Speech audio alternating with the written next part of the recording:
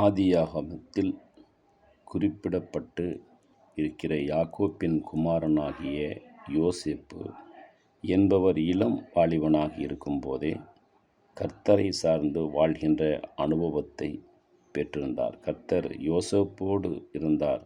ஆதியாகமம் 39:2 என்று பரிசுத்த வேதாகமம் சொல்லுகிறது.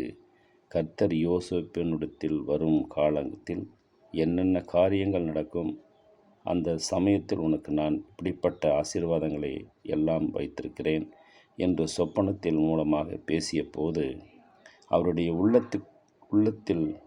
உள்ளத்துக்குள் ஒரு சந்தோஷம் இருந்திருக்கும். அப்படிப்பட்ட எதிர்காலத்தை குறித்த ஆசீர்வாதமான தீர்க்க தரிசனத்தை கர்த்தரிடத்திலிருந்து பெற்றுக்கொண்டார். நாமளும் இந்த காலை பொழுதினிலே ஆண்டவருடைய ஆசீர்வாதத்தை பெற்றுக்கொண்டு இந்த நாள் முழுவதும் ஆசீர்வாதத்தை வழி நடத்துவாராக. ஆமேன், ஆமேன், ஆமேன்.